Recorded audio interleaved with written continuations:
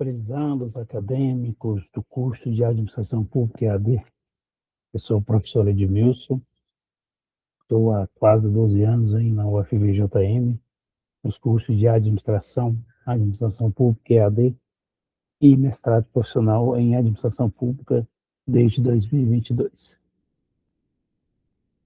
Minha formação em Administração, com mestrado em Administração Pública, doutorado em Administração e atualmente, aluno do curso de Estatística Graduação.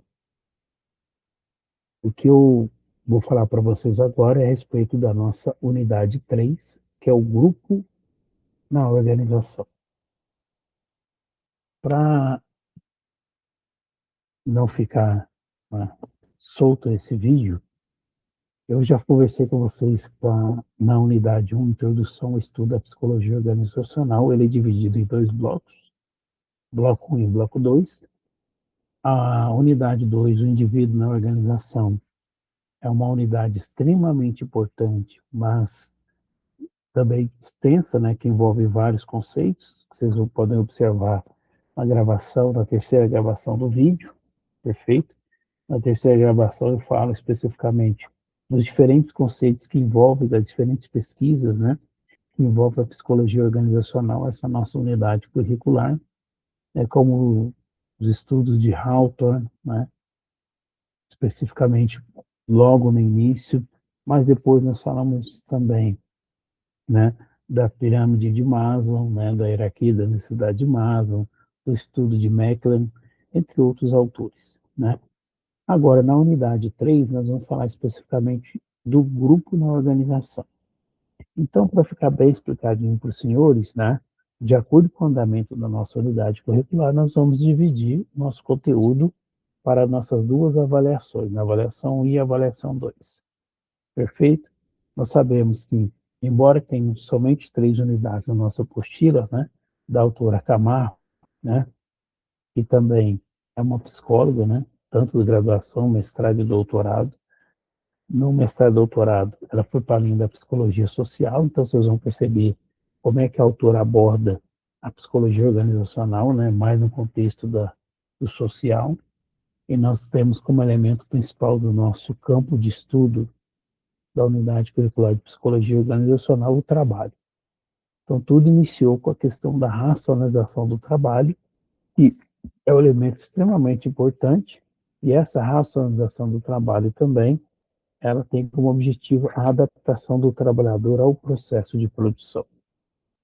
E aí, durante muito tempo também, a ênfase era muito na psicometria, na técnica, de forma que o indivíduo se adaptava ao trabalho, e não o contrário.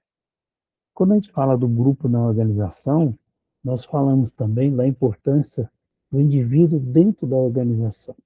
Mas para isso, nós vamos ver lá na unidade 3, que a autora nos apresenta alguns aspectos importantes que são questões práticas, como, por exemplo, uma pesquisa do Varren Schmidt com 1.500 gerentes, E aí ele queria observar quais são as características mais admiradas das características desse líder.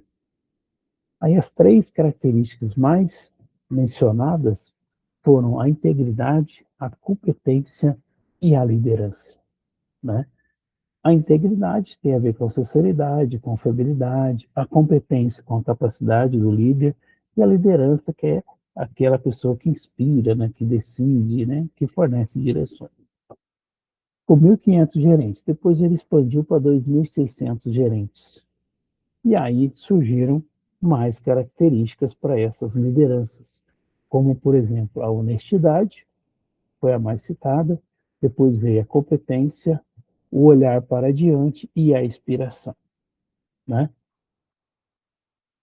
Nós vamos perceber também, que essas 4 características, como honestidade, competência, olhar para adiante, inspiração, ela dá um indivíduo que a gente chama de credibilidade.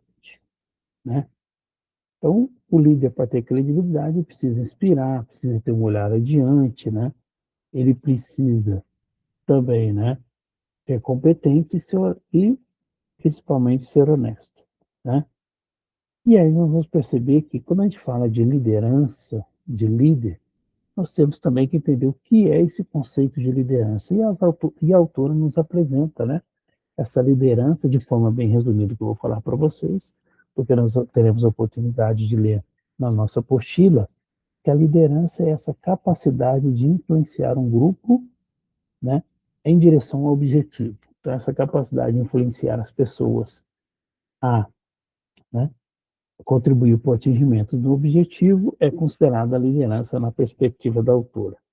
Né? Mas aí tem também o que a autora nos apresenta, os tipos de líderes. Né? Um líder ou uma liderança mais formal é que a liderança informal. A formal é aquela que é um cargo reconhecido na sociedade, né?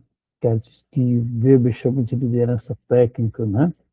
Que ele chama também técnico legal, né? É aquele cargo que você ocupa, essa liderança formal. Mas tem aquela liderança informal que ela surge naturalmente dentro dos grupos, né? E aí vem aquela ideia, será que administrador é a mesma coisa que líder? São conceitos diferentes? Na verdade, né, o que nós temos que entender, né? Administrador é um cargo, né, que é um cargo formal. Mas não significa que nem todo administrador consegue ser líder. E nem todo cargo confere liderança ao indivíduo, né? Para que você seja líder, você precisa ter credibilidade e capacidade de influência. Para isso, a autora nos apresenta também, na sua unidade 4, teorias de liderança. Né? Lógico, eu vou falar para vocês aqui de forma meio breve, né? Até porque esse é um vídeo curto, né? Não dá para explorar tantos conceitos assim. Ela nos apresenta a teoria do traço, né? Como uma teoria da liderança, em que os líderes possuem determinadas características, né? Tem outra teoria que a gente chama teoria dos estilos de liderança. As pessoas podem ser preparadas para exercer o papel de líder, certo? Outra teoria é a confiança nas relações, né? Ou seja, as pessoas precisam ter expectativa positiva, né, do indivíduo para que possa agir, né? E aí, de uma certa forma também, a autora nos apresenta, além das duas teorias, né, que eu mencionei para vocês, que é a teoria dos estilos de liderança e a teoria do traço, também nos apresenta como ocorre o processo de socialização, né? Que a gente chama de contrato psicológico, né? Ou seja, nada mais é aquilo que a pessoa tem como expectativa implícita, né? É aquilo que o indivíduo tem como expectativa implícita em relação à organização. O que a organização tem a oferecer para esse indivíduo, né? Então, a organização espera a lealdade do trabalhador, o trabalhador espera reconhecimento da organização. Né? Isso é um contrato psicológico, né? E nós chamamos também, dentro desse processo de socialização que a autora nos apresenta, uma definição do que é socialização geral, desculpe não sei a palavra, que nada mais é que esse processo pelo qual a pessoa aprende valores, normas, comportamentos, né, para se tornar membro daquela organização.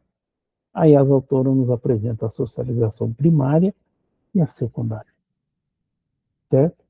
A socialização primária, né, que a autora nos apresenta, é uma socialização, né, que a pessoa vai internalizando normas, corre muito dentro do grupo familiar, né, dentro do espaço que você ocupa ou você participa, mas tem a socialização secundária, né, que acontece dentro de outros grupos sociais do qual você pertence, como, por exemplo, a escola, o clube, a igreja, né? E é muito importante a gente entender como é que esse processo de socialização ocorre, né?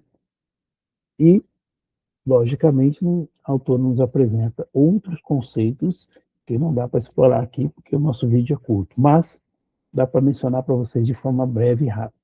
A socialização organizacional que a autora nos apresenta, as definições do que é grupo, do que é equipe, as principais características de um grupo, as principais diferenças entre grupo e equipe, também é extremamente importante para nós, né?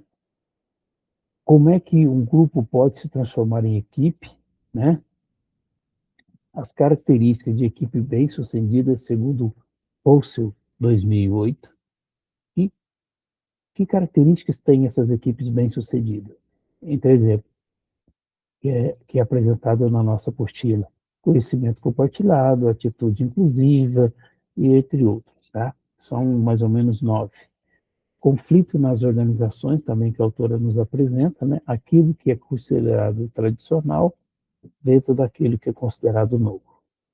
Né? Em síntese final, nós podemos entender o quê? Que a nossa unidade 3, quando a gente fala do campo de ação da psicologia organizacional, né, nós tentamos entender o quê? As pessoas dentro das organizações, quais são as teorias, qual que é a aplicabilidade da prática organizacional, né? O que é ser uma liderança, grupo, equipe, né? Como trabalhar com gestão de conflitos, né? E que elementos-chave nos envolve na questão da organizações eficazes e humanizadas.